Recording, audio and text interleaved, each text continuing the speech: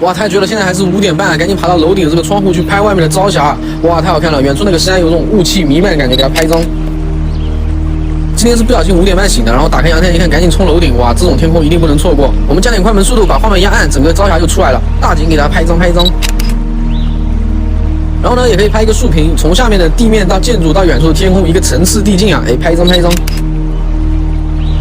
看到这种特别好看的天空，不管拍的怎样，一定要直接记录下来，分享给你想分享的人，因为分享了天空才有意义。现在呢，我已经来到了楼下，然后呢，我今天用的相机是索尼的 A7M4，加上一支腾龙7080的长焦镜头啊。那边有个非常突出的房子啊，就它一个在后面一排楼当中啊，我们拉近焦段给它拍一张。